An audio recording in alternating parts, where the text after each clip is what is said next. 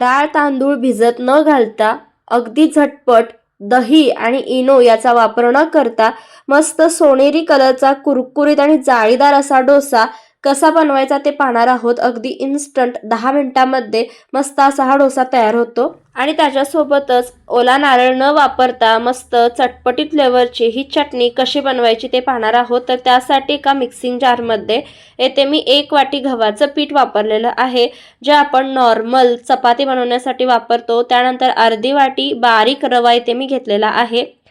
त्यानंतर 2 चमचे बेसनचं पीठ वापरायचं आहे. बेसनच्या पिठामुळे छान असा सोनेरी कलर आपल्याला डोस्याला येतो. त्यानंतर चवीपुरतं मीठ आणि 1 चमचा साखर यामध्ये घातलेली आहे. तर आता इथे थोडं थोडं पाणी घालत जसं आपण डोशाचं बॅटर बनवतो त्या पद्धतीने हे बॅटर बनवून घ्यायचं आहे. तुम्हाला जर आवडत असेल तर तुम्ही दही घालू शकता किंवा हलकासा अर्धा लिंबू इथे तुम्ही पिळलात तरी देखील चालेल, जर तुम्हाला डोशाला थोडासा आंबटसर अशी चव हवी असेल तर. तर आता यामध्ये मी पाणी घालते. थोडं थोडं पाणी घालायचं आणि डोशाचं बॅटर बनवतो त्या पद्धतीने तयार करून घ्यायचं आहे. तर हे पहा, अशा पद्धतीने हे बॅटर मी तयार करून घेतलं. याची कन्सिस्टन्सी पाहू शकता. जास्तसुद्धा घट्टसर किंवा जास्तसुद्धा सैलसर बॅटर बनवायचं नाही. तर याची कन्सिस्टन्सी पाहू शकता. तर एक 10 मिनटं आपण हे बॅटर साईडला ठेवून देऊयात, कारण आपण रवा वापरला. तोपर्यंत इथे आपण त्यासाठी लागणारी चटणी बनवून घेऊयात. तर इथे मी सुकं खोबरं घेतलेले आहे थोडं, त्यानंतर अर्धी वाटी भाजलेले शेंगदाणे, हिरवी मिरची, थोडासा आल्याचा तुकडा आणि 2 लसणाच्या पाकळ्या घातलेल्या आहेत. हलकंसं मीठ घालायचं आहे आणि हलकीशी साखर, हलकंसं पाणी घालून एकदम बारीक आपल्याला वाटून घ्यायचं आहे.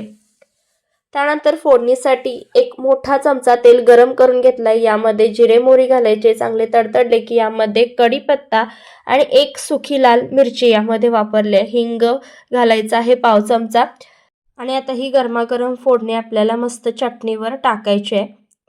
यात आणखीन काही ॲड करायचं असेल तर तुम्ही ॲड करू शकता. तर इथे आपलं मस्त अशी ही चटपटीत फ्लेवरची डोशासाठी लागणारी चटणी तयार झाली आहे. तर इथे एक 10 मिनिटं झालेली आहे. वेळ जर तुम्हाला कमी असेल तर एक 5 मिनिटं ठेवलं तरी देखील चालतं. त्यानंतर एक 2 चिमट यामध्ये सोडा घालायचा आहे खाण्याचा. चांगलं असं मिक्स करून घ्यायचं आणि इथे आपलं डोशासाठी लागणारं इन्स्टंट असं बॅटर तयार होतं. एक 2 मिनिटं मी चांगलं असं हे पीठ फेटून घेतलेलं आहे. तुम्ही जर या चॅनलवर नवीन असाल तर अशाच नवनवीन रेसिपींसाठी चॅनलला सबस्क्राईब करायला विसरू नका. बाजूच्या बेल आयकॉनवर प्रेस करा, म्हणजे येणाऱ्या नवनवीन रेसिपींचं नोटिफिकेशन सगळ्यात आधी तुम्हाला मिळेल. आणि रेसिपी जर आवडत असतील तर अशाच नवनवीन रेसिपींसाठी चॅनलला पटकन सबस्क्राईब करायला विसरू नका. तर तवा चांगला गरम झालेला आहे. सुरुवातीला थंड पाण्याने चांगला असा तवा आपल्याला पुसून घ्यायचा आणि त्यानंतर मी हलकंसं तेल लावून घेतलेलं आहे कांद्याच्या साहाय्याने. त्यानंतर डोशाचं बॅटर तव्यावर पसरवून घ्यायचं आहे. सुरुवातीला गॅसची फ्लेम लो ठेवायची आहे आणि लो गॅसवर आपल्याला डोशाचं बॅटर पसरवून घ्यायचं आहे.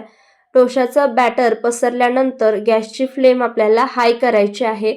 त्यानंतर मस्त असा डोसा एका साईडने भाजून घ्यायचा आहे. त्यामुळे मस्त सोनेरी कलरवर आणि एकदम जाळीदार आणि कुरकुरीत असा डोसा आपला तयार होतो. तर वरून पीठ छान सुकलेलं आहे. हे पहा, मस्त वरून बटर, तूप किंवा तेल लावू शकता तुम्ही. तर इथे मी बटर सगळीकडे लावून घेते. त्यानंतर याच्या कडा थोड्या वेळानंतर आपोआप सुटतात.